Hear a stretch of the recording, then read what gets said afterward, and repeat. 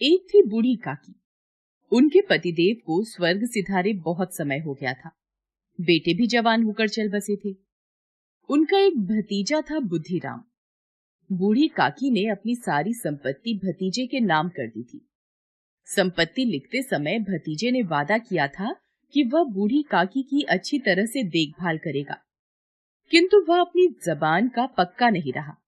उसकी पत्नी रूपा का व्यवहार भी काकी से अच्छा नहीं था। बूढ़ी काकी को वे लोग समय से भोजन भी नहीं देते थे। कहा है कि बुढ़ापे में आदमी का बचपन लौट आता है। यही हाल बूढ़ी काकी का भी हो गया था। उन्हें समय पर भोजन न मिलता या बाजार से आई कोई चीज न मिलती तो वे गला फाड़ कर रोने लगती। उनकी खाने की लालच बढ़ गई थी।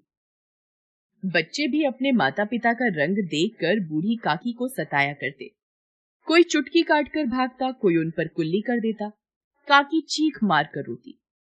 पूरे परिवार में बुद्धिराम की छोटी लड़की लाडली ही बूढ़ी काकी के प्रति प्रेम रखती थी। एक बार की बात है, बुद्धिराम के बड़े लड़के का तिलक था।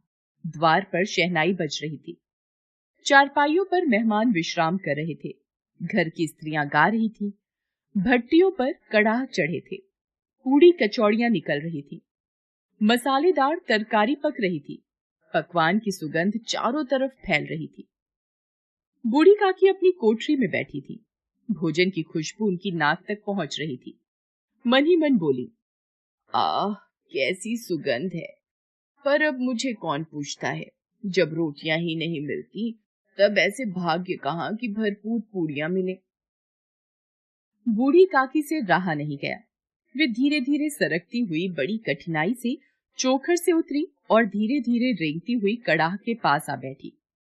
रूपा तैयारियों में व्यस्त थी। उसे सांस लेने की फुर्सत न थी। सुबह से ही आराम नहीं मिला था। वह झल्लाती हुई थी।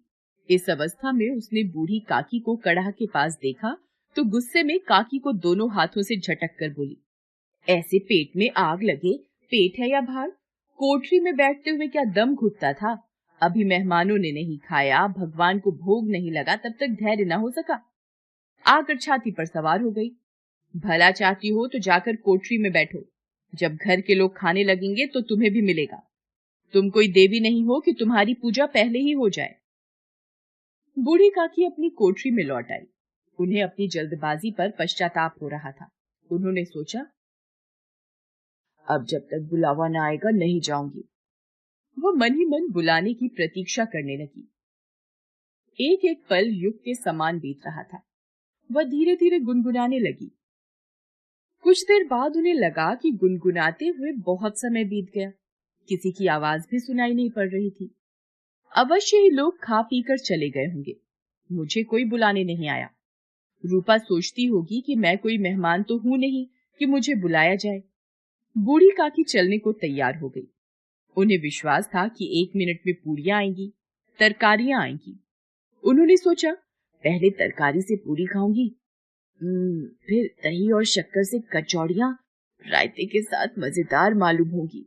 मैं तो मांग मांग कर खाऊंगी। मेहमान मंडली अभी बैठी थी। कोई खाकर उंगलियां चाटता था, कोई दही खाकर चटकारे मार रहा था। बूढ़ी काकी रेंगती हुई उनके बीच जा पहुंची।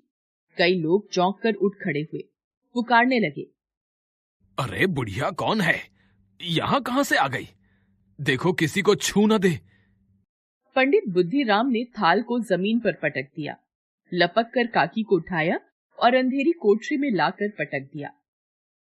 मेहमानों ने भोजन किया, घर वालों ने भोजन किया, परंतु बूढ़ी काकी को किसी ने नहीं पूछा। सबने काकी को दंड देने का फैसला लिया। रात 11 बज गए थे। रूपा आंगन में पड़ी रही थी, पर लाडली की आंखों में नींद नहीं थी। उसने अपने हिस्से की पूड़ियां पिटारी में रख दी थी। जब उसे विश्वास हो गया कि अम्मा सो रही है तो अपनी पिटारी उठाई और बूढ़ी काकी की कोठरी की ओर चल दी। सहसा कानों में आवाज आई, काकी उठो, मैं पूड़ियां लाई हूं। काकी लाडली की बोली पहचान कर झटपट उठ बैठी। लाडली को टटोला और उसे गोद में बैठा लिया। लाडली ने पूड़ियां पिटारी से निकालकर काकी को दी। काकी ने पूछा, क्या तुम्हारी अम्मा ने दी है? नहीं, यह मेरे हिस्से की है। काकी ने 5 मिनट में पिटारी की पूड़ियां खा ली। काकी, पेट भर क्या? नहीं बेटी, जाकर अम्मा से और मांग लाओ। अम्मा सोती है, जगाऊंगी तो मारेंगी। काकी की भूख बढ़ गई थी। पिटारी की खुरचन टटोला, खुरचन गई। उनका हृदय महसूस रहा था कि पूड़ियां कैसे पाऊं। उनके संतोष का बांध टूट रहा था। उचित अनुचित का विचार जाता रहा। वे लाडली से बोली, मेरा हाथ पकड़कर वहां ले चलो जहां मेहमानों ने बैठकर भोजन किया है। लाडली ने काकी का हाथ पकड़ा और जूठे पत्तलों के पास ले जाकर बैठा दिया। दीन शुदातुर काकी पत्तलों से पूड़ियों के टुकड़े चुनकर खाने लगी।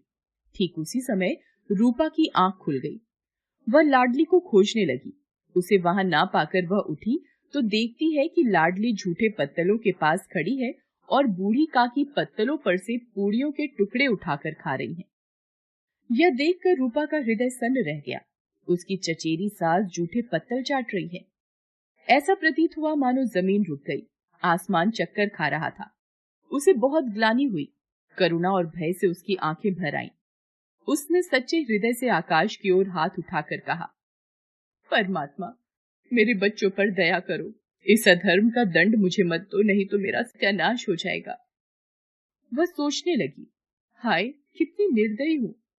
जिसकी संपत्ति से मुझे इतनी आय हो रही है उसकी ये दुर्गति। मुझसे बड़ी भारी चूक हो गई। इस उत्सव में भी जहाँ हजारों लोगों ने भोजन किया, वहां इन्हें भरपेट भोजन न दे सकी, केवल इसी कारण से कि वह वृद्ध असहाय है।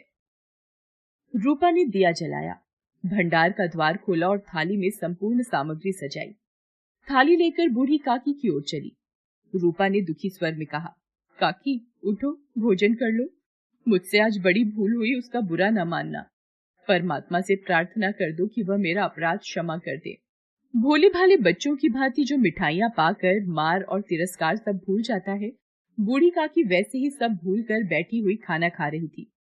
उनके एक एक रोए से सदिच्छाएं निकल रही थी और रूपा बैठी इस स्वर्गीय दृश्य का आनंद लेने में निमग्न थी। हेलो दोस्तों, कैसे हैं आप सब? हमारी कहानियां देखने के लिए हमारे चैनल को सब्सक्राइब कीजिए और हाँ, बेल आइकॉन पर क्लिक करना मत भूलिएगा।